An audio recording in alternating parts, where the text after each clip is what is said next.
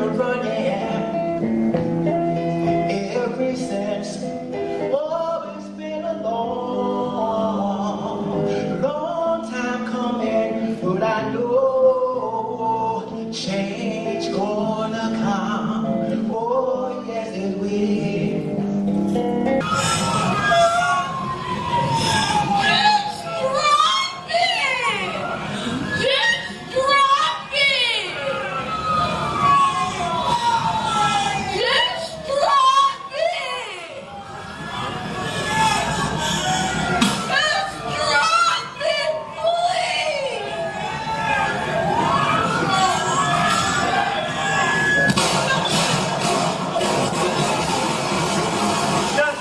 For Mario Woods, justice for Alex Nieto, justice for Amilcar Perez Lopez, justice for Jose Luis, justice for Kenny Harding, justice for Black and Brown, justice for our community, Idris Selly, all of those warriors who died as martyrs. We want justice or else.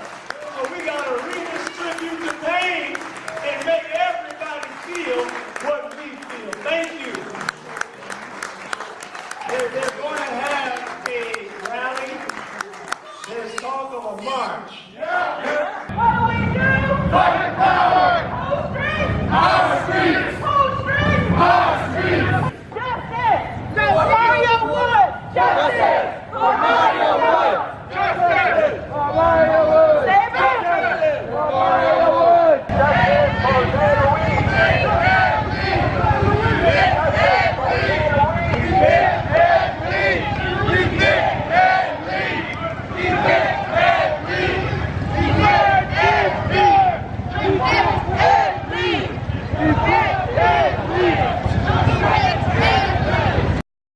here and call this press conference because our grave concern about the recent communications of racial epithets that have been set forth here in San Francisco by various officers, in our view, representing a culture of racial bias that exists within the department. We're outraged by the most recent statements that were generated or widely publicized in the media regarding a particular sergeant who made derogatory statements, N-word statements about what he would like to do once he moves to the Bay Cruz station, which is the station where the officers from Mario Woods came from. And so from our point of view, enough has not been done to weed out this mindset and culture that exists within the department. So as a consequence of that, we believe and we are recommending that the chief must go. That's right.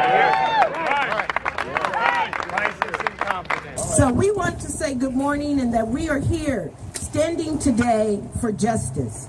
Standing on this ground to let everyone know that we shall not be moved. That here we are, Justice for Mario Woods Coalition, Black and Brown Unity, and you the people that care about justice, that cares about Jessica, that cares about Mario, that cares about Alex, that cares about Amilcar, that cares about Louise.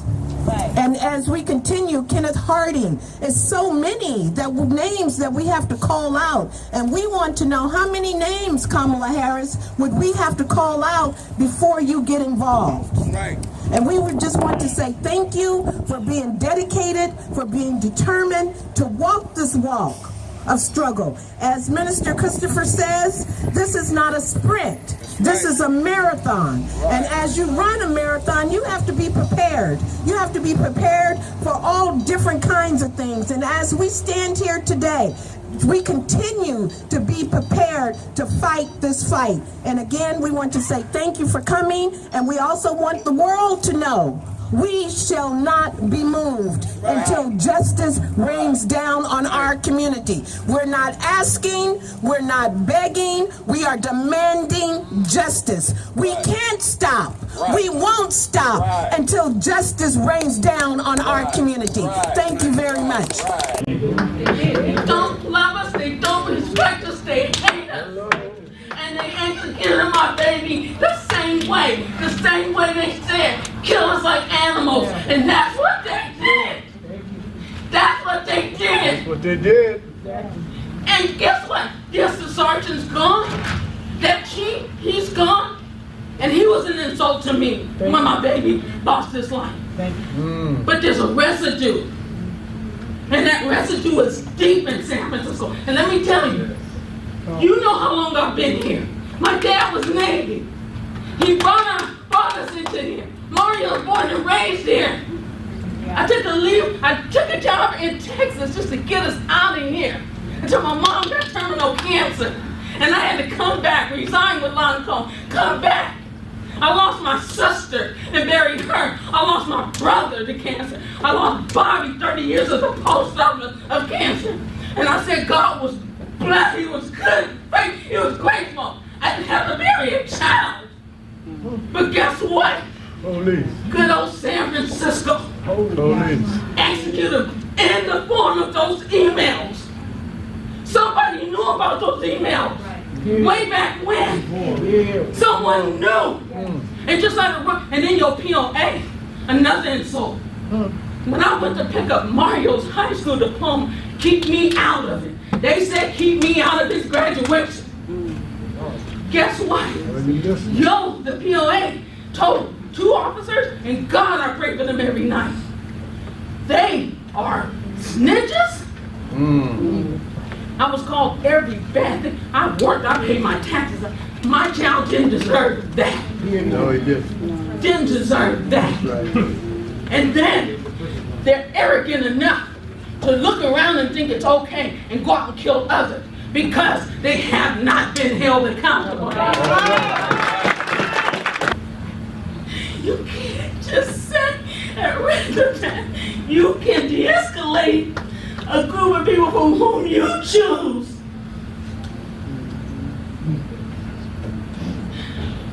You gotta look at it and call it wrong.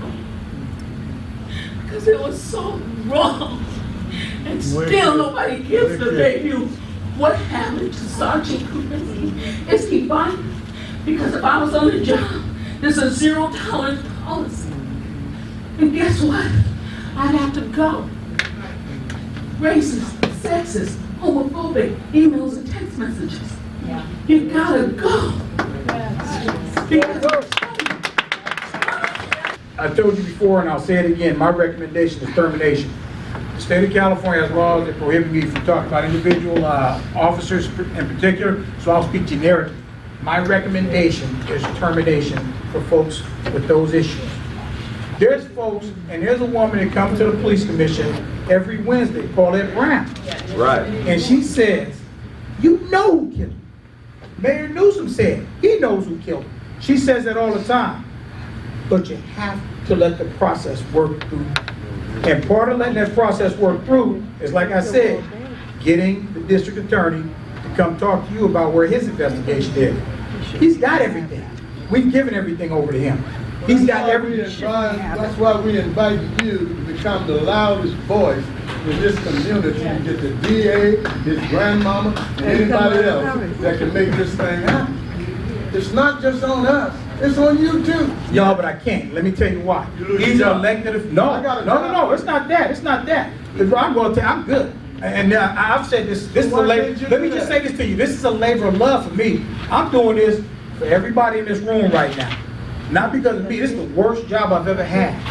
I walk in. I'm being honest with you. It is. I know you're laughing at me, but and we talk. This is the worst job I've ever had. But I will tell you this. At the same time, it's the best job I've ever had because it allows me to step in here and to start implementing and making the changes. But part of that is you can't get bogged down in going, the changes ain't what I'm looking for right now, I'm looking for something back here. Because I'm telling you right now, there is a potential that this can happen again, and that's got to be eliminated. Right. And that's how you eliminate it, is with policy, with going after folks. When they step over that line, you hit them. And that's what I'm going to do. And let me finish. And like I said, I can't talk to any specific officer, but I'm just saying, if you come across my desk with those allegations, since I can't fire them, the city will not let me terminate anybody. I can only recommend to the police commission that the person be terminated or be suspended for anything over 10 days. That's my power is limited as the chief of police, as all chiefs have been limited to a 10-day suspension of less. Reform right there then. Let's start the reform right there. Let me hear you screaming. From your ears to City Hall's, from your mouth to City Hall's ears. It's been too hard living, oh, but I'm not afraid to die. I don't know something beyond the sky. It's been a long time coming, but I know change gonna come. Oh, yes it will. And then I go to my brother.